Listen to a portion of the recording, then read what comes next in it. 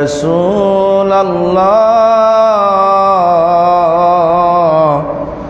الصلاة والسلام عليك يا حبيب الله الصلاة والسلام على نور الله الصلاة والسلام على نبي الله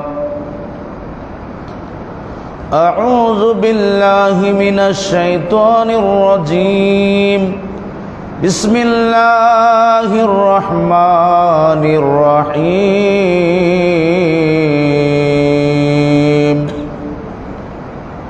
رب اجعلني مقيم الصلاة ومن ذريتي ربنا وتقبل دعاء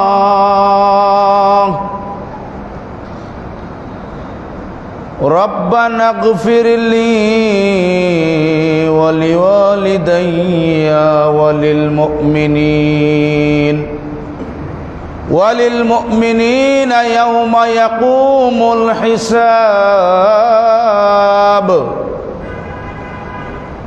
أيضا قال الله تعالى شان حبيبه الكريم إن الله وملائكته يصلون على النبي يا أيها الذين آمنوا صلوا عليه وسلموا تسليما اللهم صل على سيدنا مولانا محمد وعلى آل سيدنا مولانا शफीए आसिया तुम हो वसीला बेकस तुम हो तुम्हें चढ़कर किधर जाओ बताओ या रसूल अल्लाह अल्लाहुम्मा सल्ली मौलाना मुहम्मद व अला आलि सय्यिदना मौलाना ला इलाहा इल्लल्लाह ला इलाहा इल्लल्लाह ला इलाहा इल्लल्लाह ला इलाहा इल्लल्लाह ला इलाहा इल्लल्लाह ला इलाहा इल्लल्लाह मुहम्मदुर रसूलुल्लाह कुर्रतु ऐनि बिका या रसूलल्लाह सल्लल्लाहु अलैहि व आलिहि वसल्लम আলহামদুলিল্লাহ সালাতু ওয়াসসালামু আলা হাবিবিল কারীম ওয়া বাদ। সম্মানিত আমার ইমানি মুসল্লিয়ানে কেরাম, পর্দার অন্তরালের মা ও বোনেরা, আসসালামু আলাইকুম ওয়া রাহমাতুল্লাহ। আসুন আমরা আল্লাহ তাআলার দরবারে অসংখ্য গণিত শুকরিয়া আদায় করছি অবনত মস্তকে যে রব্বে করিম আমাদেরকে আল্লাহ পাকের ঘর মসজিদে আসার এবং বসার তৌফিক দান করেছেন। এজন্য আমরা বলি আলহামদুলিল্লাহ। সালাত এবং সালাম প্রেরণ করছি রাহমাতাল লিল আলামিন প্রাণাদিক প্রিয় নবী, যিনি আমাদের মূল, যিনি আমাদের সব কিছু, সারা পৃথিবীর সমস্ত মানব জাতির একমাত্র মহান দূত। যে নবীকে না মানলে, যে নবীকে স্বীকার না করলে অন্য অন্য নবীগণ পর্যন্ত জান্নাতে যাবে না, সেই রাহমাতাল লিল আলামিনের উম্মত হিসাবে আল্লাহ আমাদের কবুল করেছেন। অন্য অন্য নবীরা দরখাস্ত লিখেছে আল্লাহর কাছে, দরখাস্ত করেছে মাবুদ সে রাহমাতাল লিল আলামিন প্রিয় নবীর আখিরি জামানার নবীর উম্মত বানাও। সুবহানাল্লাহ। আল্লাহ পাক প্রায় লক্ষাধিক নবীর দোয়া ক্যান্সেল করে দিছে, উম্মত বানান নাই, কিন্তু একজন নবীর দোয়া কবুল করছে। তিনি কে? হযরত ঈসা আলাইহিস সালাম। ঈসা রুহুল্লাহ, তিনি আবার পৃথিবীতে আগমন করবেন, তবে নবী হিসাবে নয়, আমাদের প্রিয় নবীর অনুসারী হিসাবে, প্রিয় নবীর উম্মত হিসাবে। বলেন সুবহানাল্লাহ। কি কয়টা দরখাস্ত করেছিলেন আল্লাহর কাছে নবীর উম্মত বানাইতে? দরখাস্ত করছেন? কি বলেন, করছেন নাকি? আমিও করছি না, কিন্তু আল্লাহ রাব্বুল আলামিন আমাদেরকে প্রিয় নবীর উম্মত বানিয়েছেন। এর চাইতে খুশি, এর চাইতে খুশ নসিব, এর চাইতে আনন্দ আর কিছুই হইতে পারে না। বলেন সুবহানাল্লাহ। কোন নবী? আল্লাহ পাক নিজেই বলেন যে এমন একজন মহান রাসূল তোমাদেরকে দান করেছি, যেই নবী আমার কাছে বলা মাত্র, সুপারিশ করা মাত্র আমি তোমাদের দোয়া তোমাদের কবুল করে নিই। বলেন সুবহানাল্লাহ। সমস্ত নবীগণ আমার নবীর মুহতাজ ছিল, প্রিয় নবীর মুহতাজ। আমরাও প্রিয় নবীর মুহতাজ।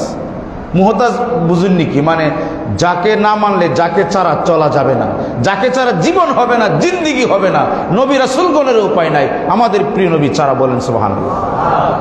এটা কি যথেষ্ট নয়? সেই প্রিয় নবীর উম্মতরা চলবে কিভাবে, কথা বলবে কিভাবে, ভাত খাবে কিভাবে, আচরণ করবে কিভাবে, আদব কায়দা কিভাবে করবে, এ টু জেড প্রিয় নবী আমাদেরকে বলে দিয়েছেন, আল্লাহ পাক দান করেছেন। বলেন সুবহানাল্লাহ। না নাই কিছু? সব কিছু দান করেছে। আপনি চাইবেন কিভাবে? আপনি তুতোটা ফেলবেন কোন দিকে? আপনি কখনো যখন আপনি ধরেন পূর্ব দিকে হাঁটতেছেন, ডান দিকে আপনি তুতু ফালাইবেন না, আবার দক্ষিণ দিকে হাঁটতেছেন, আপনার পশ্চিম যেদিকে এদিকে তুতু পর্যন্ত নিক্ষেপ করবেন না। এটাও শিক্ষা দিয়েছে সুবহানাল্লাহ। গরুর যে একটা রশ্মি হারিয়ে যায়, গরুর রশ্মি বুঝেননি, দড়ি, এটা হারিয়ে গেলে কিভাবে আপনি খুঁজে বের করবেন, এটাও আল্লাহ পাক দান করেছে সুবহানাল্লাহ। বলেন না? স্বামী স্ত্রী কিভাবে আচার ব্যবহার করবে, এটাও আল্লাহ দান করেছে। আরে কোনভাবে স্বামী স্ত্রী মিলন হবে, এটাও প্রিয় নবী বলেছে। বলেন না সুবহানাল্লাহ। আপনি কোন সেক্টরে পাবেন না? সন্তান নষ্ট হয় কেমনে জানেন? পিতামাতার কারণে। যখন মনে চায় তখন স্ত্রীর সাথে মিলিত হয়, কিন্তু একটা সময় আছে, টাইম আছে, পদ্ধতি আছে, নিয়ম আছে, কানুন আছে। এই কানুনগুলি ফলো না করলে অনেক সময় যে সন্তানটা বেশি খারাপই করে, আমরা কই তোর জন্ম মাসিকের সময়, মেন্সের সময়, কারণ তোর বাবা এটা বুঝে নাই, তোর মাও এটা বুঝে নাই। ওই সন্তান যখন ওই সময় জন্ম হয় তখন এটা খারাপ হয়। কথা বুঝতে পেরেছেন? এটা অনেক নিয়ম আছে ভাই, অনেক নিয়ম পদ্ধতি আছে। এগুলি বললে অনেকে যুবকরা লজ্জা পাবে, আপনারা লজ্জা পাবেন। লজ্জার বিষয় না, এটা হাদিস শরীফ, এটা মাসলা, এটা শিখার বিষয়, এটা লজ্জার বিষয় না। যে নবীর উম্মত আল্লাহ আমাদেরকে দান করেছেন, বানিয়েছেন, সেই নবীকে আমরা ফলো করছি না। আল্লাহ পাক বলছেন, কুল, বন্ধু আপনি বলুন, ইয়া আইয়ুহান নাস, হে সমস্ত মানব জাতি, উবুদু রাব্বাকুমুল্লাযী খালাকাকুম ওয়াল্লাযীনা মিন ক্বাবলিকুম লাআল্লাকুম তাত্তাকুন। তোমরা আমার গোলামি করো, তোমরা আমার দাসত্ব করো, আমারই ইবাদত করো, আমার কাছে চাও, আমার কাছে সারেন্ডার হও। কোন পদ্ধতিতে? ওমাইয়ুতির রাসূলা ফাকাদ আতা আল্লাহ। ওই পদ্ধতিতে, আমার বন্ধু যে পদ্ধতি বাতলিয়ে দেয়, সেই পদ্ধতি যদি অনুসরণ করো তবেই আমি কবুল করব। বলেন সুবহানাল্লাহ। বন্ধুরা আমার, মুসলমানদের 5টি স্তম্ভ আছে আল্লাহ পাক দান করেছেন প্রিয় নবীর মাধ্যমে, ঠিক না বেঠিক? কলেমা, নামাজ, রোজা, হজ, যাকাত, ঠিক না? প্রথম হচ্ছে কলেমা। কলেমা মানে কি? আমি ঈমান আনলাম আল্লাহ তোমার উপরে আর তোমার বন্ধুর উপরে, ঠিক না? কলেমা হচ্ছে ঈমান, আমি ঈমান আনলাম। তারপরে হচ্ছে সালাত, নামাজ। তো ঈমানে যদি হেরফের থাকে, আপনার নামাজে কোনো কাজে আসবে না। যতই আপনি কোটি ওয়াক্ত নামাজ পড়েন, এই নামাজ কবুল হবে না। শয়তানের নামাজ কাম হইছে। শয়তান কি নামাজ পড়ে নাই? কথা বলেন না। তো পড়লেও নামাজ কাজ হইছে নাকি? আবা ওয়াস্তাকবারা ওয়া কানা মিনাল কাফিরিন। শয়তান অহংকার করেছে, অস্বীকার করেছে। আল্লাহ ফতোয়া দিছে, তুই বরবাদ হয়ে গেছস, তুই অবিশ্বাসী হয়ে গেছস, তোর ইবাদত, তোর আমল আমি রব্বে কারিমের দরবারে এক কানা করিরও দাম নাই। তো আল্লাহ রাব্বুল আলামিন নামাজ পড়ার কথা বলে নাই। ঈমানের পরে সবচেয়ে সুন্দর বরগাজিদা আমল হচ্ছে সালাত। সালাত 4টি অর্থ আসে, নামাজের 4টা অর্থ আসে।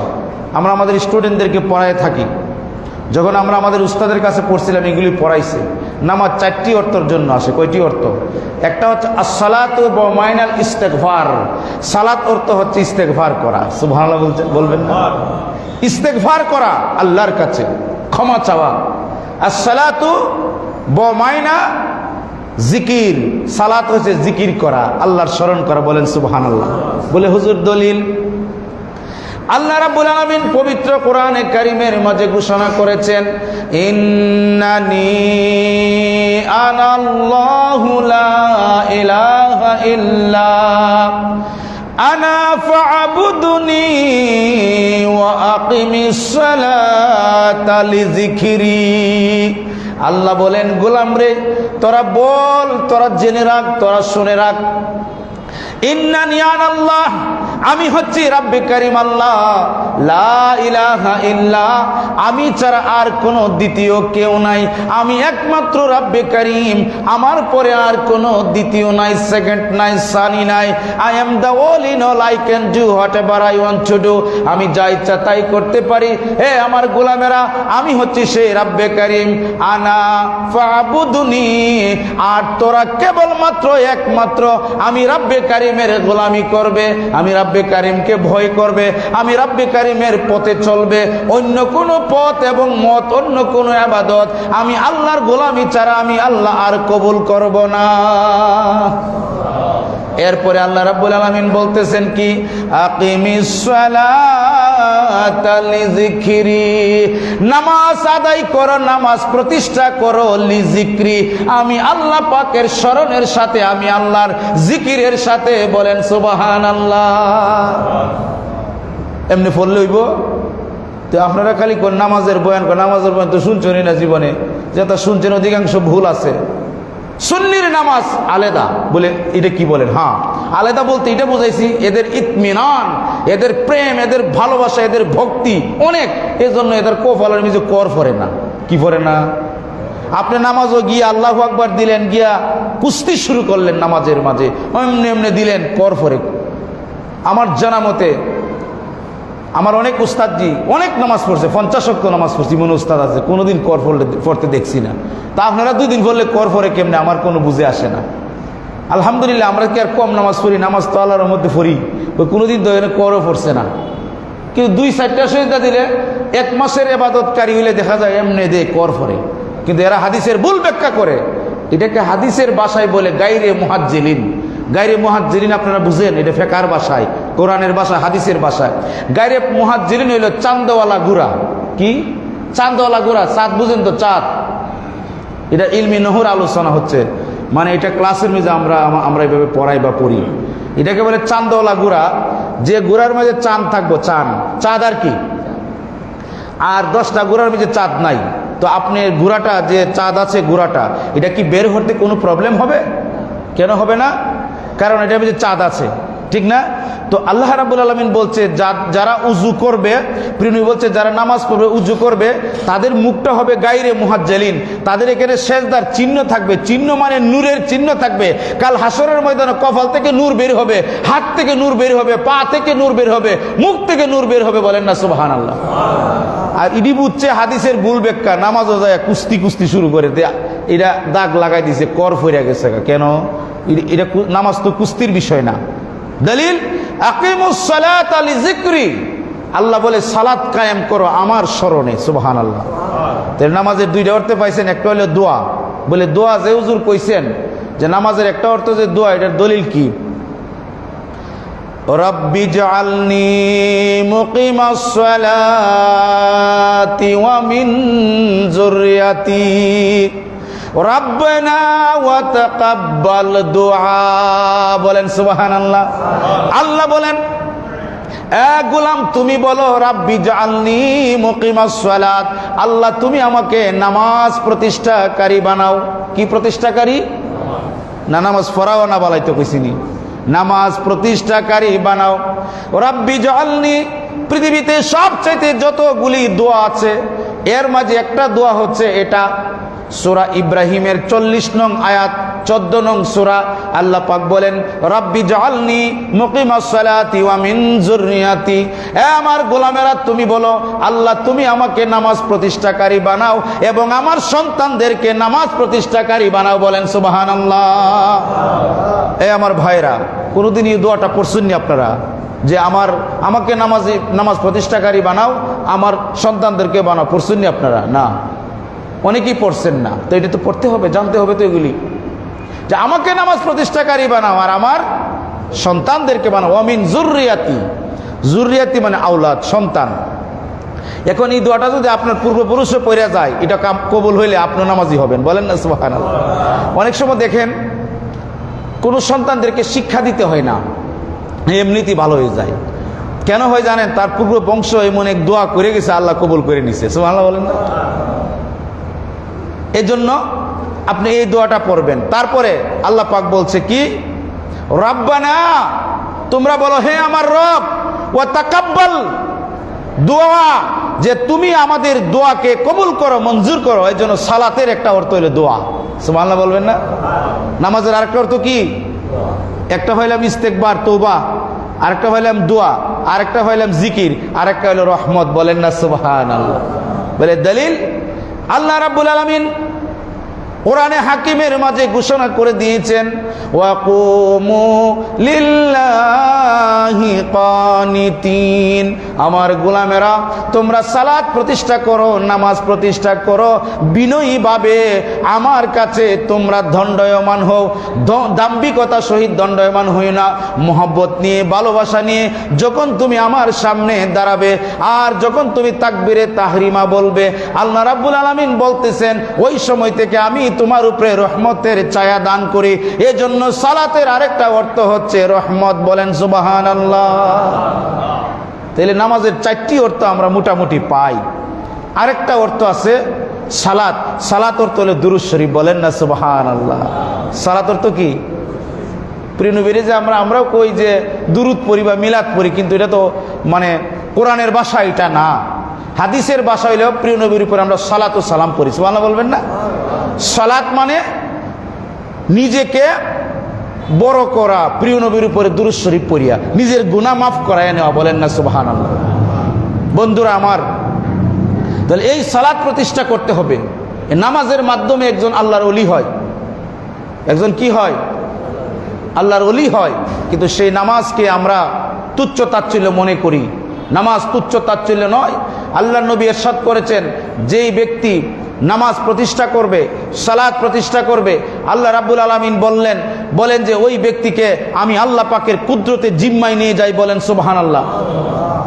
সাহাবা কেরাম প্রশ্ন করেন, ইয়া রাসূলুল্লাহ, ইয়া হাবিবাল্লাহ, যে ব্যক্তি সালাত আদায় করে না, আল্লাহ নবী বললেন ওই ব্যক্তি সম্পর্কে কোনো আমার কথা নাই, এই ব্যক্তি কোনো জিম্মা নাই। জিজ্ঞাসা করা হলো, ইয়া রাসূলুল্লাহ, ওই ব্যক্তি কি ক্ষমা পাবে? আল্লাহ নবী বললেন, আল্লাহ ইচ্ছা করলে ক্ষমা করে দিতে পারেন, আবার ইচ্ছা করলে শাস্তিও দিতে পারেন, বলেন সুবহানাল্লাহ। দেখছেন নি কেমন নবীর উম্মত? অন্যান্য নবীর উম্মতের যদি আপনার কাপড়ের মাঝে সামান্য নাপাকি থাকতো, এই কাপড়টা চেঞ্জ করে ফেলতে হইতো, এই কাপড় দিয়ে নামাজ হইতো না। আর আমরা কাপড় যদি নাপাকি ঢের থাকে, এটা ধৌত করার পরে আবার নামাজ পড়া যাবে, সুবহানাল্লাহ বলবেন না। অন্যান্য নবীদের জন্য শুধু মসজিদে নামাজ পড়া জায়েজ ছিল, আর রাহমাতুল লিল আলামিন প্রিয় নবীর উম্মত হওয়ার কারণে সারা বিশ্ব জগৎ সমূহ আমাদের জন্য মসজিদ। জোরে জোরে বলেন সুবহানাল্লাহ। এই আমার যুবক ভাইরা, কি শিক্ষা অর্জন করতেছো? কার্ল মার্কসের শিখতেছো, লেনিনের শিক্ষা অর্জন করতেছো, নবীর শিক্ষা অর্জন করো। পৃথিবীর কোন ধর্মের মানুষের উপায় নাই প্রিয় নবী ছাড়া, বলেন সুবহানাল্লাহ। থাকলে নাম বলেন, বিমুখ ব্যক্তি না হইলে হবে না। হ্যাঁ, পৃথিবীর সমস্ত ধর্মের গ্রন্থের মানুষেরা বলেছে প্রিয় নবী রাহমাতুল লিল আলামিন ছাড়া কাহারও উপায় নাই। তো সেই প্রিয় নবীর শিক্ষা গ্রহণ করছেন না কেন? গার্জেনরা প্রিয় নবীর শিক্ষা দিচ্ছেন না ছেলে মেয়েদেরকে কেন? আপনাদের কি হলো? কত কাল ঘুমিয়ে থাকবেন? ছেলে মেয়েকে নিয়ে একসাথে বসেন, সালাতু সালাম করেন। আমি জানি তো সারা বাংলাদেশের অধিকাংশ বাড়ি ঘরের মিজে বেজাল, ঝগড়াঝাটি, অধিকাংশ বলছি কিছু ভালো বলে কেন? আমাদের কাছে সেই ওষুধ আছে, আপনারা খান না তো, কারণ মাগনা ওষুধ তো ওইটা খায় না। আগে যখন আমরা ছোটোবেলায় একদিন বলছিলাম, ওই সরকারি হসপিটালে যাইতাম, মিষ্টি কিছু ট্যাবলেট ছিল না, অ্যান্টাসিড, 6-7 পড়তাম, এই সময় যে আনতাম আর খাইতাম, মিঠা লাগলে খাইতাম, আর যখন মানে তিতা লাগতো ভালো না তখন ওষুধটা ফেলে দিতাম। আর এক্সরে 150 টাকাতে এক্সরে করায়, একবার দেখলে ডাক্তার ড্যামেজ হয়ে যায়, এটা বালিশের নিচে রাখে কেন? এটা টাকা দিয়ে করছে। আমরা এরকম হলে চলবে না। আল্লাযীনা ইউমিনুনা বিল গায়ব, তারাই হচ্ছে ইমানদার মুমিন যারা অদৃশ্যে বিশ্বাস করে, বলেন না সুবহানাল্লাহ। আল্লাহরে আপনি দেখছেন? কেউ দেখছেন আপনারা? আমিও তো দেখছি না। না দেখে বিশ্বাস করা হচ্ছে মুমিন। আর নগদ এখন পাইছি, এটা হলো নাস্তিকতা, বস্তুবাদী। তারা কয় নগদে বিশ্বাস করি, বাকিতে না। নাউজুবিল্লাহ পড়েন। এই কথাটা বস্তুবাদী, মিথ্যাবাদী। আর আল্লাহ বলেন আল্লাযীনা ইউমিনুনা বিল গায়ব, তারাই মুমিন যারা না দেখে আমাকে বিশ্বাস করে। বলেন না সুবহানাল্লাহ। ওয়া ইকিমুনাস সালাতা, এবং তারা নামাজ প্রতিষ্ঠা করে, সালাত প্রতিষ্ঠা করে, তারাই হচ্ছে মুমিন। বলেন সুবহানাল্লাহ। তো আপনারা বলেন দেখছি না, বিশ্বাস করেন, কোথায় পেয়েছেন যে আপনি খারাপ কাজ করতেছেন, আপনি অশ্লীল কাজ করতেছেন? যুবক ভাইরা, অনেকে আছে চুরি করতেছ, অনেকে মানুষের সম্পদ নষ্ট করতেছেন, এগুলি কি আল্লাহ পাক ধরবে না? আপনার কি শাস্তি হবে না? দুনিয়াতে হবে তার শাস্তি। আপনার চেহারা মলিন হয়ে যাবে, মানুষের দ্বারা অপদস্থ হবেন, অসম্মানিত হবেন। আপনি একবার না একবার চুরিতে ধরা খাবেন। আপনি যদি ব্যবসা ওজনে কম দেন, আপনি যদি মুরব্বীদেরকে সম্মান না করেন, ছোটদেরকে আদর ভালো না বাসেন, আপনার পরিণতি খারাপ, দুনিয়াতে চেহারা বিকৃত হয়ে যাবে। আমার জানা মতে শুনি, আমি কালকে একটা ঘটনা শুনছি, আমার শরীর একবার হিম হয়ে গেছে। এক ব্যক্তি হজ করছে, নাম বলবো না, নাম বললে তো আমার আলোচনা শুনবে, গীবত হয়ে যাবে, শুধু এইটুকু বলবো, উনি যখন হজ করতে ঢুকছে তখন ওনার শরীরে জ্বালা যন্ত্রণা শুরু হয়ে গেছে, উনি আর হজ করতে পারে নাই। পরে এখান থেকে ফেরত গেছে, প্রিয় নবীর দরবারে গেছে, সামনে যেতে পারে নাই, শরীরে জ্বালা যন্ত্রণা শুরু হয়ে গেছে, কিন্তু তার ব্যাকগ্রাউন্ড ভালো না, আমার জানা মতে ভালো না। আল্লাহ পাক ওনারে ক্ষমা করুক, বলেন আমিন। তার জন্য দোয়া করে দিলাম, কিন্তু দুঃখ লাগলো। বন্ধুরা আমার, মনে করেন না খারাপ কাজ করে আপনি পার হবেন, আপনি খারাপ কাজ করে মানুষকে কষ্ট দিয়ে, আঘাত দিয়ে আপনি পার হয়ে যাবেন। জি না, এই পৃথিবীটা সামান্য সময়ের জন্য। আল্লাহ রাব্বুল আলামিন বলছেন মৃত্যুর স্বাদ তোমরা বুক করবে, আমি আল্লাহ রাব্বুল আলামিন প্রত্যেকটি কাজের হিসাব পই পই করে নেব। এই তামার জমিনও 60টি প্রশ্ন করব তোমাকে, এই 60টি প্রশ্নের জবাব না দিতে পারলে কোনো আদম সন্তানকে আমি 1 ইঞ্চি পর্যন্ত নড়তে দেব না। বলেন সুবহানাল্লাহ। আজকে যৌবনের ঠেলায়, যুবকের ঠেলায়, পাঠির ঠেলায়, হুজুগের ঠেলায় একজনের সাথে অন্যায় করলেন, অপরাধ করলেন, আল্লাহ রাব্বুল আলামিন বলেন আমি তার পই পই করে হিসাব নিব। কারো প্রতি অন্যায় জুলুম যদি করো, আমি আল্লাহ সে হিসাব নেব না, নিব না? যুবক ভাইদেরকে বিশেষ করে বলছি, আপনার যারা গার্জেন আছেন আপনাদেরকে বলছি, আল্লাহ নবী রাহমাতুল লিল আলামিন ইরশাদ করেছেন যে আদিব্বু আওলাদাকুম আলা সালাসিন খিসালিন, তোমাদের সন্তানদেরকে বিশেষ করে 3টি জিনিসের শিক্ষা দাও। ওয়া হুব্বু নাবিয়ুকুম, প্রিয় নবীর প্রেম ভালোবাসা শিক্ষা দাও। ওয়া হুব্বু আহলে বাইতে রাসূলিল্লাহ, আহলে বাইতের প্রেম ভালোবাসা শিক্ষা দাও। ওয়া আলা কিরাআতিল কোরআন, আর পবিত্র কোরআনের বেশি বেশি শিক্ষা দাও। তোমার সন্তান বিপদগামী হবে না, তোমার সন্তান বিপদে যাবে না। ক্লাস 8 আর 9 এর ছেলেরা উস্তাদের সাথে, মা বাবার সাথে বেয়াদবি করবে না, এই শিক্ষা যদি থাকে, ঠিক না বেটি? কই শিক্ষা নাই তো। আমাদের ইউনিভার্সিটিতে, আমাদের স্কুল কলেজে এই শিক্ষা দেওয়া হয় না তো। বেশিরভাগ স্কুলে, ইউনিভার্সিটি তো ইসলাম নাই, ইসলাম শিক্ষা কম। ইসলামকে ঐচ্ছিক বানায় রাখছে। কি বানায়া? পাস করলে করছো, না করলে নাই। আবার অনেক জায়গায় আছে ভালো। এই জাতি কিভাবে মানুষ হবে? এই জাতিকে পঙ্গু করে দিছে এই আমাদের রাজনীতিবিদরা। বলেন নাউজুবিল্লাহ। কখন কবেন হুজুর রাজনীতি মাতে না? আরে মিয়া, রাজনীতি নষ্ট করে দিছে আমার, এটা মানবো না। কি বলেন, এটা কথা বলবো না? আমাদের ধ্বংস করে দিয়েছেন আপনি। ইসলাম শিক্ষা বই আপনি সৃজনশীল বানাইছেন, ইসলাম কি সৃজনশীল হয়? তো আপনি তো বেয়াদবি করলেন। বানায় কি ইসলাম শিক্ষা কি বানাই লিখতে পারবেন? কোরআন কি বানাই লেখা যাইব? তো আপনি তো মূর্খ, জাহেল, জাতিকে পচা ডিম বানাইছেন। আজকে মা বাবাকে মানেন, আপনারে মানেন, আর বৃদ্ধাশ্রমগুলি আপনার ভরে গেছে বৃদ্ধ মানুষে। সন্তান কই ভরণ পোষণ করতে পারবো না। এটা আপনাদের জন্য, এটা আপনাদের শিক্ষা, এটা রাষ্ট্রযন্ত্র ধ্বংস করে দিতে শিক্ষা ব্যবস্থারে, ঠিক না বেঠিক? আমি তখন থেকে সাবধান করে আইছি। আমি 5 বছর আগে এগুলি নিয়ে লেখালেখি করছি, ছোট মানুষ কেউ বুঝছেন, ধরছে না। এখন কই আসলে তো ঠিক, জাতিকে ধ্বংস করে দিতে শিক্ষা ব্যবস্থা। ইসলাম শিক্ষা ঢুকান, আল্লাহর ওলির জীবনী নাই শিক্ষা ব্যবস্থার মাঝে। আগে আপনার বাংলা, যখন আমি যখন বাংলা পড়াশোনা করছি, আমি 1998 সালে আমি এসএসসি পাস করছি। 98 সালে, আজ থেকে 26 বছর আগে আমি এসএসসি পাস করছি। ওই 26 বছর আগে আমরা পড়ছি উমর ফারুক কবিতা, কত সুন্দর কবিতা ছিল। আমরা পড়ছি জীবন বিনিময় কবিতা। বলতেছে যে পিতৃ স্নেহের কাছে হয়েছে মরণের পরাজয়। বাদশাহ বাবরের সন্তান হুমায়ুন, সে ছিল অসুস্থ। তিনি বলছেন আমার একমাত্র সন্তান যদি মরে যায় আমার ওয়ারিশ থাকবে না। আল্লাহর কাছে হাত উঠালেন বাদশাহ বাবর, বলছে আল্লাহ আমাকে অসুস্থ করে দাও, আমাকে নিয়ে যাও, আর আমার সন্তান হুমায়ুনকে তুমি বাঁচিয়ে দাও। বলেন সুবহানাল্লাহ। একদিকে বাদশাহ আকবর অসুস্থ, মানে বাদশাহ বাবর জহিরুদ্দিন মোহাম্মদ বাবর অসুস্থ হতে লাগলেন, আর ওনার সন্তান সুস্থ হতে লাগলেন। বলেন সুবহানাল্লাহ। এই কবিতা পড়েছি। তারপরে আমাদের পরীক্ষাতে আসে পিতৃ স্নেহের কাছে হয়েছে মরণের পরাজয়, এই কথাটি ব্যাখ্যা করো। তারপরে আমরা পড়েছি শিক্ষকের মর্যাদা, কাজী কাদের নেওয়াজ, বাদশাহ আলমগীর, সে দূর থেকে দাঁড়ায় দেখতেছে মোল্লা জিউন রহমাতুল্লাহ আলাইহি, ওনার সন্তান, ওনার নাম ছিল শাহ আলম, মুঘল সম্রাটের শেষ সম্রাট, দ্বিতীয় সম্রাট, ওনার পায়ের মাঝে বাদশাহ শাহ আলম পানি ডালতেছে পায়ের মাঝে। বাদশাহ এটা দেখছে, বাদশাহ আলমগীর এটা দাঁড়াই দেখছে। দেখার পরে ডাক দিলেন যে জানাব উস্তাদজি, আমার সন্তান কি আপনার কাছে কিছু শিখেছে? আবার উনি বলতেছে আমি তো শিক্ষক, যদি আমাকে কিছু বলে আমি শাস্ত্রের কথা শোনাবো, আমি শিক্ষক তো বড়, উনি বলতেছে আর কি। আর বাদশাহ বলতেছে আমার সন্তানকে তো আপনি আদব কায়দা শিখান নাই জনাব, আমি তো আপনার কাছে দিয়েছি আমার সন্তানকে আদব কায়দা শেখানোর জন্য, কিন্তু আমি কি দেখলাম প্রভাতে দাঁড়িয়ে? কি দেখলেন আপনি? দেখলাম আমার সন্তান বদনা দিয়ে পানি ডালতেছে আপনার পায়ে, এটা আমার কাছে খারাপ লেগেছে। আমার সন্তান তার হাত দিয়ে আপনার পা গুলো কেন ধুয়ে দিল না? বলেন সুবহানাল্লাহ। এই শিক্ষা দিয়েছেন মা বাবা, আপনারা কোনোদিন দেন নাই। দিলে আজকে সন্তানগুলি বিপদ হইতো না, আজকে মুরব্বী মানুষকে জুতা পেটা করতো না। যুবক ভাইয়েরা সাবধান হয়ে যাও, ধ্বংস হয়ে যাবা। আল্লাহ নবী বলছেন যে শিক্ষক আমার পরিবার, মুরব্বী যারা আছে তাদের দোয়া আল্লাহর কাছে কবুল, আর পিতামাতার দোয়া তো কোনো ইউই লাগে না, কি বলে পর্দাই লাগে না। বলেন না সুবহানাল্লাহ। কোনো পর্দা ছাড়া পিতামাতার দোয়া কবুল হয়, শিক্ষকের দোয়া কবুল হয়। আল্লাহ নবী বলছেন শিক্ষক আমার পরিবার। হ্যাঁ, এদেরকে যারা কষ্ট দেয়, যেন প্রিয় নবীকে কষ্ট দেয়, আর হক্কানি শিক্ষক যদি হয় তাকে কষ্ট দিলে তোমার জীবন বরবাদ হয়ে যাবে। বন্ধুরা আমার, আমি বলছিলাম যে এই শিক্ষাগুলি আমরা পড়েছি। তারপরে বইয়ে ছিল আব্দুল কাদের রহমাতুল্লাহ আলাইহির জীবনী। সুবহানাল্লাহ বলেন। বাংলা বইয়ে আব্দুল কাদের জীবনী ছিল, যে ওই যে সুরের সাথে যে ওনার দেখা হয়, উনি মিথ্যা কথা বলে নাই, 70টা স্বর্ণ মুদ্রা আস্তিন থেকে বের করে দেয়। এই শিক্ষাগুলি শয়তানরা তুলে নিছে, এই বানরের গোষ্ঠীরা তুলে নিছে, ঠিক না বেটি? কিসের গোষ্ঠীরা? বানরের গোষ্ঠীরা। এরা কয় মানুষ নাকি বানর থেকে আইছে, এভলিউশন অফ থিওরি, মানুষ বলে বানর থেকে আইছে। কিতা কয়? আমি তো যে কোনো একটা জাতের নাম বলি, কোনো মানুষ যারা ইসলামের বিরুদ্ধে আছে তারা এমন পয়জন ঢুকায়, আপনি যখন ঢুকায় তখন মরবেন না। আপনি স্পেনের ইতিহাস পড়েন, 800 বছরের মুসলমান ইতিহাসকে এই ইহুদিরা ধ্বংস করে দিয়েছে। এমন বিল্ডিং বানাইছে, এমন পাউডার দিছে বিষাক্ত, আপনার 10 বছর 6 বছর পরে অটোমেটিক্যালি বিল্ডিং ধ্বংস হয়ে গেছে।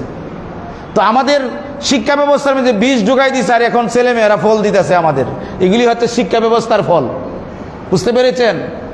পরীক্ষা কেমনে হয় জানেন? পরীক্ষা হয় আপনার ছেলে মেয়ে 7 জন স্কুলে যায়, ছাত্র কেউ আসনি থাকলে বলো, আমি দেখাই দিই কেমনে পরীক্ষা হয় তোমার স্কুলে। 7 জন ছেলে মেয়ে টেবিলে বসে, প্রশ্ন দেয় একটা, কয়টা? একটা। ওখান যে লিডার থাকে একজন, সে লেখে প্রশ্ন, আর বাকি 6 জন দিকে দিকে লেখে। মনে বুঝাইতে পারছি না কথাটা? কি ঠিক নেই? তুমি তো পড়াশোনা করো, ঠিক আছে না এটা? তো বাকি 8 জন দেখি দেখি লেখে, হে যা লেখে তাই হে ইডুই লেখে। এইভাবে আমরা গ্রুপ করে দিই 7টা, 49 জন ছাত্র। একটা গ্রুপের লিডার থাকে, ধরেন আব্দুর রহমান লিডার, আর সে যা লিখবে বাকি এরা তাই লিখে, তার পরামর্শ করে লিখে। এটার নাম পরীক্ষা। এরপরে খাতা দীক্ষা মূল্যায়ন করে ত্রিভুজ, চতুর্ভুজ, আর আরেকটা জানি কি, আমি এখন ভুলে গেছি। ত্রিভুজ, চতুর্ভুজ, আর একটা কিরে বৃত্ত। বৃত্ত ওই যে নামিলে ভালো জানে যে ত্রিভুজ বৃত্ত কেমনে মার্ক দিয়ে, জানেননি আপনারা? এটা জানেননি, আপনাকে ধোঁকা দিয়েছে আপনাদেরকে। মার্ক দিয়ে এইভাবে ছাত্রর নাম লেখা থাকবো, ত্রিভুজ থাকবো পাশে, বৃত্ত থাকবো, আর চতুর্ভুজ। ত্রিভুজ মানে আপনি না দীক্ষা ছাত্র প্রায় 120 জন, অনেক খাতা দেখতে হয়, প্রায় 50 থেকে 60 ঘন্টা পর্যন্ত লাগে সব দেখতে হইলে। তখন শিক্ষকে কি করবো? ছাত্র দেখার টাইম নাই, যা মনে চায় তা দিয়ে যাইব। সব ফাঁস, সব ত্রিভুজ, সব বৃত্ত। কেন দিব? কারণ সে তো বাস্তব না, তো মরি যাবো। আমি তো এইভাবে দিছি, কারণ নাহলে তো আমি সারা দিন চাই থাকতে থাকতে চোখে ব্যথা করে। এটা কি শিক্ষা ব্যবস্থা নাকি শয়তানি? কি ছিল? মাতুই না তো আপনারা? শয়তানি না এটা? আপনারা এগুলি জানছেন আগে? আমি বলছি, কিন্তু আমি একাই বলছি। কোন বলছে যদি কোনো শিক্ষক শিক্ষা ব্যবস্থার বিরুদ্ধে বলে, কোনো কন্ডিশন ছাড়া সে অ্যারেস্ট হবে, তার চাকরি যাবে। বলেন নাউজুবিল্লাহ। মারাত্মক কথাবার্তা এগুলি, আমি মিথ্যা বলছি না, এগুলি আমি প্রমাণিত। আমি মাস্টার ট্রেনার 3 বারের, কিন্তু শিক্ষা ব্যবস্থা সম্পর্কে আমি কিচ্ছু বুঝছি না এখন পর্যন্ত, যে শিক্ষা ব্যবস্থা বর্তমানে। আমি 3 বারের মাস্টার ট্রেনার বুঝুননি, মানে শিক্ষকরা আমি পড়াই জেলাওয়ারি। আমি বুঝছি না 3 বার মাস্টার ট্রেনার করে এই ব্যবস্থাটা আসলে কি, তা আমার বাচ্চা কেমনে বুঝবে? আমার ছেলে বলে বাবা পড়া তো না, একটু বুঝাই দেও। আমি আচ্ছা পরে দিব না, কারণ আমি তো বুঝি না। বুঝেন নাই কথা কি বলছি? আমি তো বুঝি না নিজে, তা আপনারা বুঝবেন কেমনে? আমি যদি না বুঝি আপনারা বুঝবেন কিভাবে? গার্জেন সাধারণ যারা আছেন কেমনে বুঝবেন? আমি শিক্ষক হয়ে ট্রেনার করে বুঝি না, তখন এখন এই ফসল আপনারা বুক করতেছেন। কথা বুঝেন নাই? ওই যে 8-9 ছেলেরা কি বুঝে? সে তো টিনেজার থেকে আরো ছোট, 12-13 বছরের ছেলেরা, তারা মানে আইন দিচ্ছে এটা করতে হবে, এটা করা যাবে না, শিক্ষককে বের করে দিচ্ছে, জুতা পেটা করতেছে। এটা আপনাদের কারণে, শিক্ষা ব্যবস্থার কারণে। এটা যদি আব্দুল কাদের জিলানীর শিক্ষা থাকতো, আবু হানিফার শিক্ষা যদি থাকতো, উমর রাদিয়াল্লাহু তাআলা আনহুর শিক্ষা যদি থাকতো, জীবন বিনিময় কবিতা যদি থাকতো, তাহলে ছেলেরা এরকম করতো না। শিক্ষকের মর্যাদা কবিতা আপনি তুলে দিয়েছেন, আপনারা একবার শূন্য করে দিয়েছেন। বলেন teacher is the facilitator, nothing else.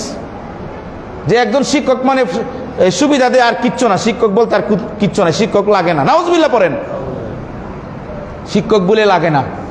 আশ্চর্য, জাতিকে ধ্বংস করে দিয়েছে আমাদের। এই ছেলেমেয়েরা তোমাদেরকে বলছি, বেশি বাড়বে না, শিক্ষকের সাথে বেয়াদবি করবে না, মুরব্বীর সাথে বেয়াদবি করবে না।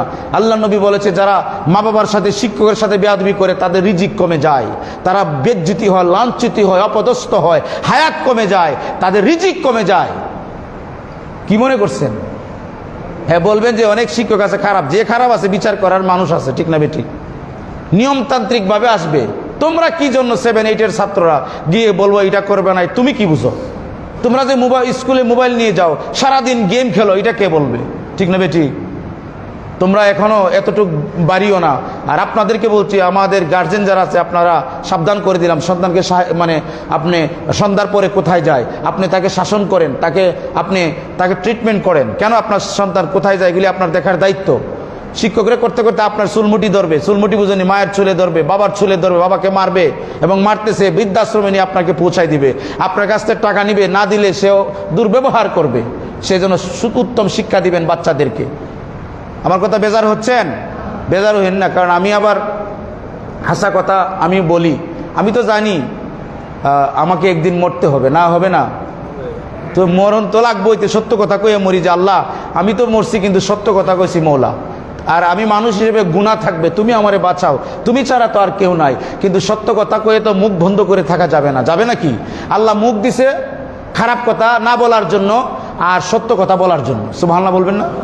যেমন আপনি সত্য কথা বললেন না, খারাপ কথা বললেন না, আপনি বুবা শয়তান। কি শয়তান? আমাদের একজন আছে চুপ করে থাকে, বালা কথাও মাথে না, খারাপ কথাও বলে না, না বুবার নাকি শত্রু না। আমি তুমি হলে 1 নম্বর শয়তান, তুমি হলে রামজায়ের শয়তান। তোমার সামনে একজনকে অন্যায় করতেছে, তুমি কিছুই বলবা না, হ্যাঁ? আবার খারাপ হইলেও তুমি কিছুই বলবা না, ভালো হইলেও তুমি কিছু বলবা না, তুমি বুয়া শয়তান। ঠিক না বেটি? বন্ধুরা আমার, এজন্য আমাদের ছেলে মেয়েকে নামাজের শিক্ষা দেন, সালাতের শিক্ষা দেন। আল্লাহ নবী রাহমাতুল্লাহ লিল আলামিন বলছেন, যেই সমাজের ছেলে মেয়েরা নামাজ পড়ে তারা মুরব্বীদের সম্মান করবে, তারা উস্তাদদেরকে সম্মান করবে। আর নামাজ যদি ছেড়ে দেয় তার মাঝে আমানতদারিতা নাই, তার মাঝে ঈমানদারিতা নাই, এজন্য সে উল্টাপাল্টা ব্যবহার করে। আমার বন্ধুরা, আল্লাহ নবী রাহমাতুল্লাহ লিল আলামিন সাল্লাল্লাহু আলাইহি ওয়াসাল্লাম ইরশাদ করেন যে যেই ঘরের মাঝে, যেই বাড়িতে নামাজ হয়, যেই বাড়িতে আপনার কোরআন তেলাওয়াত হয়, যেই বাড়িতে প্রিয়নবী প্রেমের শিক্ষা হয়, এই বাড়ির উপরে আল্লাহর রহমত অবিরত পড়তে থাকে। বলেন না সুবহানাল্লাহ? আর যেই বাড়িতে কোরআনের শিক্ষা নাই, প্রিয়নবীর সালাতুস সালাম নাই, প্রিয়নবীর জিকির নাই, আলোচনা নাই, ওই বাড়ির মাঝে আল্লাহর রহমত নাই। এজন্য আমি কোরআনে কারিম তেলাওয়াত করেছিলাম, আল্লাহ পাক বলেছেন রাব্বি জাআলনি মুকিমাস সালাতি ওয়া মিন যুররিয়াতি, যে হে আল্লাহ তুমি আমাকে নামাজি বানাও, আমার সন্তানদেরকে নামাজি বানাও। আল্লাহ আমার দোয়া তুমি কবুল করো, আমার দোয়া তুমি কবুল করো। আল্লাহ রাব্বানা গফিরলি ওয়া লিওয়ালিদাইয়া, আল্লাহ তুমি আমাকে ক্ষমা করো, আমার পিতা মাতাকে ক্ষমা করে দিও। কখন ক্ষমা করে দিও? ওয়ালিল মুমিনিনা ইয়াউমা ইয়াকুমুল হিসাবা, হাসরের ময়দানে আল্লাহ তুমি আমাকে ক্ষমা করে দিও। আল্লাহ তুমি আমার পিতা মাতাকে ক্ষমা করে দিও। আল্লাহ তুমি আমার মুমিন মুসলমান ভাইদেরকে ক্ষমা করে দিও। বলেন সুবহানাল্লাহ। আল্লাহর কোরআনের সরাসরি আয়াত শরীফ। এই দোয়াটা পড়ার জন্য আল্লাহ বলছেন যে আমারে ক্ষমা করে দিও, আমার ফ্যামিলির মানুষকে ক্ষমা করে দিও, মুসলমান ভাই বোনদের ক্ষমা করে দিও, আমার মা বাবারে ক্ষমা করে দিও। এই দোয়াটা যদি কোনো মুসলমান সবসময় পড়ে, সকাল সন্ধ্যা পড়ে, তাহলে এই জাতি, এই সমাজ, এই বাড়িঘর, এই পিতামাতা, এই সন্তান বিপদগামী হইতে পারে না। রহমত আর রহমত। তাহলে আমরা কি শিক্ষাটা দিচ্ছি নাকি? কই দিচ্ছি বলেন? ছাত্রকে যখন একটু শাসন করে পিতামাতা দূরে আসে, কেন আমার সন্তানকে শাসন করলাম? আজীব কথা। শিক্ষক কি তোমার সন্তানের শত্রু নাকি? কি বলেন? যা শিখছি শিক্ষকের অবদানে শিখছি। এখনো যখন দোয়া উঠাই, শিক্ষকের জন্য দোয়া করি যে আল্লাহ, আমার যে শিক্ষক উস্তাদগণ ইন্তেকাল করেছে, প্রত্যেকের তুমি দরজে আলা নসিব করো, প্রত্যেকের তুমি জান্নাতুল ফেরদাউস নসিব করো। বলেন আল্লাহুম্মা আমিন। এই শিক্ষকরা ধন্য না? আজকে কিভাবে? আর বাংলাদেশের মধ্যে পৃথিবীতে সবচেয়ে কম বেতন, কম মানে সুবিধা হয় শিক্ষকরা। আপনারা মনে করেন না জানি কত টাকা সম্মান, কিচ্ছু না, কিচ্ছু না। এটা দিয়ে কোনো সংসার হয় না। ভালো মানুষে মানে সিগারেট যে খায়, অনেক আছে বড় লোক, একটু ধনী আর কি, তার সিগারেটের পয়সা হয় না। কিন্তু কেন করে? সওয়াব আছে। কেউ আছে এটা ভালো লাগে, কেউ আছে মনতে করে, কেউ আছে জাতি গড়ার জন্য করে। কিন্তু ঘটনা চক্রে কেউ শিক্ষক না, শিক্ষক ইচ্ছা করে হয়। কথা বুঝতে পেরেছেন আমার বন্ধুরা? আমি আপনাদেরকে যে কথাটা বলছিলাম যে নামাজ প্রতিষ্ঠা করতে হবে সমাজের মাঝে। ওয়াকিমুস সালাতা লিজিক্রি, আল্লাহর জিকিরের জন্য নামাজ পড়তে হবে, আল্লাহর স্মরণে। যখন আপনি নামাজে দাঁড়াবেন, আল্লাহ রাব্বুল আলামিন, আল্লাহর ওলিগণ এটার ব্যাখ্যা লিখেছে, আপনি যখন নামাজ পড়বেন, নামাজ পড়ার সময় যখন আল্লাহর জিকির করবেন, নামাজ করার পরে, তখন আপনার কলবের মধ্যে এক ধরনের নূর সৃষ্টি হবে। বলেন সুবহানাল্লাহ। ওই নূর যখন বিকশিত হবে, দুরূদ শরীফ যখন পড়বেন, পড়তে পড়তে ওই নূরটা এমন পরিষ্কার হবে, যখন আপনি চক্ষু বন্ধ করবেন, তখন দেখবেন দিনের বেলা যেভাবে দেখতেছি আমরা, ওই রকম অন্তর্চক্ষু যখন খুলে যাবে, আপনি সারা পৃথিবীটা আপনি দেখতেছেন। বলেন না সুবহানাল্লাহ। কেউ আছে স্বপ্ন যুগে দেখে, কেউ আছে বাস্তবে দেখে। তো বাস্তবে দেখে এটা খুব কম। এদেরকে বলে রৌশন জামির। এরা অনেক বড় আল্লাহর ওলি, কুতুবুল আকতাব থাকে। এরা আপনার চোখের দিকে চাইলে আপনার সবটা বলে দিতে পারে। সুবহানাল্লাহ বলবেন না? আর এক এক ধরনের আল্লাহর ওলি আছে সাধারণ, যারা ঘুমের মাঝে দেখতে পারে, বুঝতে পারে, তাদের কাছে ইলহাম আসে। সুবহানাল্লাহ বলেন। তাহলে এটা নামাজের মাধ্যমে এই নূর বিকশিত হয়। আপনার যে পশু আত্মা আছে, নফসে আম্বারা, এটা আমি যে শয়তান এমনভাবে আশোয়াশা দেয়, হে কয় আমি ছাড়া আর পৃথিবীতে সব প্রজা, আমি সবচেয়ে বড়। এটাকে ধ্বংস করতে হলে, নফসে আম্বারাকে কাবু করতে হলে আপনাকে সালাত প্রতিষ্ঠা করতে হবে, জিকিরকারী হতে হবে, আর সালাতু সালাম পড়তে হবে। নতুবা আপনি নফসে আম্বারাকে মানে শান্ত করতে পারবেন না। এটা বড় মারাত্মক। এটা এই শত্রু সবচেয়ে বড় ভয়ানক, আপনাকে নিমিষে ধ্বংস করে দেবে, মুশরিক বানাই দিবে। এটা এমন শয়তান। এই শয়তানকে বশে আনতে হবে। এই শয়তানের উপরে আপনি জয়ী হতে হবে। কিন্তু আমরা কি শিক্ষা অর্জন করি? কোনো ভার্সিটি দিয়ে শিক্ষা দেয়? বলেন, দেয় কি না? এটা আল্লাহর ওলির খানকা শরীফে দেয়। বলেন সুবহানাল্লাহ। এই জন্য তারা কন্ট্রোল থাকতে পারে না। হ্যাঁ, এটা আল্লাহর ওলির শিক্ষা, এটা যে এই নফসকে কন্ট্রোল করো। এটা কীভাবে করতে হবে আল্লাহর ওলি এই শিক্ষাটা দেয়। আমার বন্ধুরা, আমি 2 মিনিট আপনাদের সাথে যে নামাজের যে আমরা উজু করি, কেন উজু কেন করেন জানেন? উজু করলে কি হয়? সবসময় আপনি উজু অবস্থায় থাকবেন। এটা আমার বলা কর্তব্য। এখন অনেক কিছু আছে বলতে হবে। যে প্রথমে আপনি যখন উজু করে থাকবেন, না শুধু নামাজের জন্য না, কেন উজু করবেন? অল টাইম উজু করে থাকলে যদি আপনি ইন্তিকাল করেন, কি করেন? যদি আপনি মরে যান, তাহলে আপনার শহীদি মৃত্যু হবে। বলেন সুবহানাল্লাহ। এবং আপনি উজু করা থাকলে রহমতের ফেরেশতা আপনাকে পাহারা দেবে। উজু অবস্থায় থাকলে আপনার দরিদ্র, আপনি কোনোদিন ধনী মানে গরিব হবেন না। উজু অবস্থায় থাকলে আপনি ইমানের সাথে মৃত্যুবরণ করবেন। উজু অবস্থায় থাকলে আপনার অন্তর পরিষ্কার হবে। উজু অবস্থায় থাকলে আপনি অ্যাক্সিডেন্টে মরবেন না। সুবহানাল্লাহ। আরও অনেক ফায়দা আছে, এই জন্য আমরা উজু অবস্থায় থাকবো সবসময়। আর নামাজের আগে তো অবশ্যই উজু করি, কিন্তু এছাড়া নামাজ যদি না পড়ি, এমনি আমরা সবসময় উজু অবস্থায় থাকবো। আল্লাহর হাবিব রাহমাতুল লিল আলামিন ইরশাদ করেছেন, মুসলমানদের কয়েকটি অস্ত্র আছে, এর মধ্যে সবচেয়ে বড় অস্ত্রের মধ্যে তন্মধ্যে একটা হচ্ছে যে মুসলমান সবসময় উজু অবস্থায় থাকে। এটা তার অনেক বড় একটা অস্ত্র। কিভাবে অস্ত্র? সে তাৎক্ষণিকভাবে যখন যে মারা যায়, সে যদি তখন আল্লাহর কাছে দোয়া করে, আল্লাহ পাক তার দোয়াটি কবুল করে নেয়। বলেন সুবহানাল্লাহ। তা আল্লাহ পাক যেন আমাদেরকে, বিশেষ করে আমাদের সন্তানদেরকে আল্লাহ পাক যেন সুপথ দান করেন, বলেন আল্লাহুম্মা আমিন।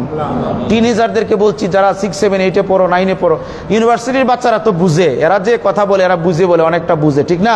এরা ম্যাচুরিট। আমি 9-10-এর বাচ্চাদের কথা বলছি, তোমরা মা বাবার কথা শুনবে, হুজুগে বাঙালি হবেন আর আপনারা তাদেরকে কন্ট্রোল করবেন, মুরব্বীদেরকে সম্মান করবা, সালাম দিবা, এবং মুরব্বীদের একটা উচিত আছে, খালি তো মুরব্বীরে কেউ আপনারা মানে না, আপনারা তো দায়িত্ব আছে, আপনারা আদর করবেন, ভালোবাসবেন, বাবা বলে হাত বোলাবেন, কই আপনারা তো এরকম দেখি না, খালি আমরা চাই থাকি। ধরেন আমি তো বয়স আছে আমার, এই যে উনি আমারে সালাম দিব, কিন্তু আমারও তো দায়িত্ব ওনার আগে সালাম দিতাম, যে তুমি কেমন আছো, বা ভাই কেমন আছো, তুমি ভালো নি, আসসালামু আলাইকুম, কই ভাই দিছুননি কোনোদিন একটা আপনার বাচ্চারে সালাম, ছোটো বাচ্চারে? না, এটা তো দিবেন না।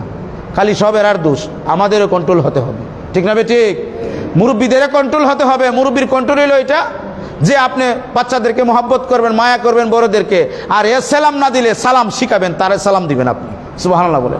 তো 1 দিন 2 দিন 3 দিন যখন সালাম দিবেন, হ্যাঁ ইচ্ছা করে দাঁড়ায় তাকে আসসালামু আলাইকুম, তো এটা আমাকে শিখাইতে হবে, উভয়ের দায়িত্ব। আর ছোটো বাচ্চাদেরকে বলছি, যারা টিনেজ আসো, যারা মা বাবা যাদের বৃদ্ধ আসো, তাদেরকে কখনো কষ্ট দিবা না। মা বাবারে কষ্ট দিলে জীবন জাহান্নাম ছাড়া আর কিছুই নয়, জীবন নরকে পরিণত হবে। মা বাবার কথা যে সন্তান শুনে না, এখন হয়তো জোয়ান আছে, শক্তি আছে, মা বাবা একটা কথা বললে কথাটা ভায়োলেট করে, কিন্তু তোমার অনেক খবর আছে, তুমিও মা বাবা হইবা, তোমার সন্তানে তোমার জুতা পেটা করবো। কেন? তুমি যে তোমার মা বাবার সাথে বেয়াদবি করছো, খবরদার এটা করবেন, এটা সিলসিলা জারি হয়ে যাবে। মা বাবার চেহারার দিকে তাকাইলে গুনাহ মাফ হয়, সুবহানাল্লাহ। করিমুল্লাহর চেহারার দিকে তাকাইলে গুনাহ মাফ হইব? তো মা বাবা এত বড় জিনিস, আল্লাহ পাক যেন আমাদেরকে মা বাবার, উস্তাদের, মুরব্বীর সম্মান করার তৌফিক দান করেন, বলি আল্লাহুম্মা আমিন। আর মুরব্বীরা যেন সন্তানদেরকে, বাচ্চাদেরকে ভালোবাসতে পারে সঠিকভাবে, হ্যাঁ, আমরা যেন এটাও করতে পারি, বলি আল্লাহুম্মা আমিন। আলহামদুলিল্লাহি রাব্বিল আলামিন, ওয়াসসালাতু ওয়াসসালামু আলা আলিহি ওয়া সাহবিহি।